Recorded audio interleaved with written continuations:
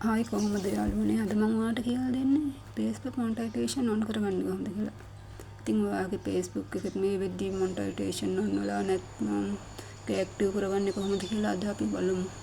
මේ විදිහට ඇක්ටිව් කරගත්තට පස්සේ අපිට පුළුවන් Facebook එකෙන් සල්ලි හොයන්න. ඉතින් ඇක්ටිව් කරගත්තට පස්සේ අපි ඔරිජිනල් කන්ටෙන්ට් දාන්න ඕනේ. ඒක අනිවාර්ය දෙයක්. ඉතින් ඒ දානකොට අනිවාර්යෙන්ම අපට මුදල් ලැබෙනවා. ඉතින් බලමු ගිහිල්ලා කොහොමද කියලා මොනිටයිසේෂන් ඔන් කරගන්නේ.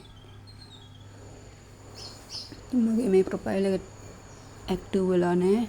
මමත් දැන් ඔයාලත් එක්කම ලයිව් මේක ඇක්ටිව් කරනවා. ඉතින් ඔයාලත් මේ වීඩියෝ එක බලලා ඔයාලගේ මොනිටයිසේෂන් ඇක්ටිව් නැත්නම් ඒ හැම එකක්ම ඇක්ටිව් කරගන්න කියලා ඔයාලගෙන් ඉල්ලනවා. ඉතින් මේ වීඩියෝ එක දිගටම බලන්න. ඒ වගේම වීඩියෝ එකට යන්න කලින් මගේ channel එක subscribe කරලා නැත්නම් අනිවාර්යෙන් subscribe කරලා වීඩියෝ එක බලමු. එහෙනම් අපි වීඩියෝ එකට යමු. මුලින්ම කරන් තියෙන්නේ ඔයාලගේ ප්‍රොෆයිල් එකට යන්න. මේ පල්ලෙහාට ගිය ඩොට් තුනක් තියෙනවා. දැන් මම පෙන්නනවා මේක ටච් කරන්න.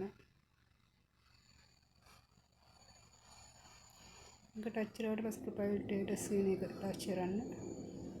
එතෙන්ට ගියාට පස්සේ මේ වගේ පෙන්නනවා මොනිටයිසේෂන් ඔන් වෙලා නැහැ කියලා දැන් පෙන්නනවා.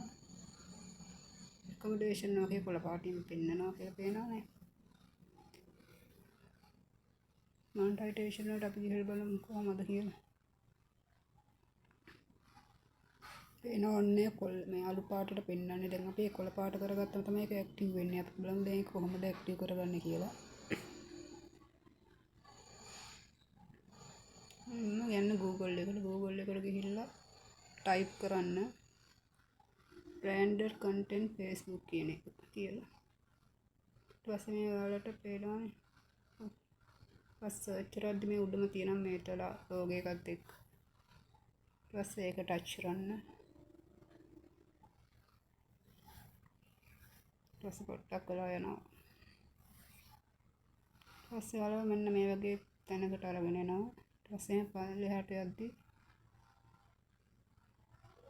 ඊට පස්සේ තියෙනවා මේ branded content tool කියලා එක. මේක ටච් කරන්න.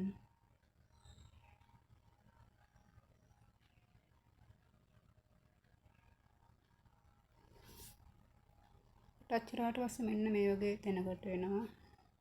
නැත්නම් select page කියන එක ටච් කරාම ඔයාගේ account එක මොකද්ද හදා ගන්න ඕන කියලා ඔයාගේ තියෙන account ඔක්කොම පෙන්නලා ඒක select කරන්න අවශ්‍ය එක.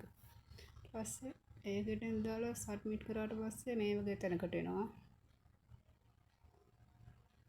ඊට පස්සේ ආයෙ ප්‍රොෆයිල් එකට යනවා. ප්‍රොෆයිල් එකට ගිහලා අර විදිහටම ආයෙ අර ඩොට් තුන ටච් කරලා ගිහලා බලමු දැන් ඇක්ටිව් වෙලාද කියලා. ප්‍රොෆයිල් ස්ටේටස් ගියා. දැන් පේන මොනිටයිසේෂන් ඇක්ටිව් කියලා තියෙනවා. දැන් බලමු ඒක ටච් කරලා. දැන් කොළ පාටට ඔන්න පෙන්නනවා. ඔන්න ඔය විදිය තමයි මොනිටයිසේෂන් ඇක්ටිව් නැත්නම් ඇක්ටිව් කරගන්නේ. මේ විදියට ඔයාලගේ ඇක්ටිව් නැත්නම් ඇක්ටිව් කරගෙන වීඩියෝ එක හොඳයිද නරකද කියලා කමෙන්ට් එකක් දාගෙන යන්න. අනිවාර්යෙන්ම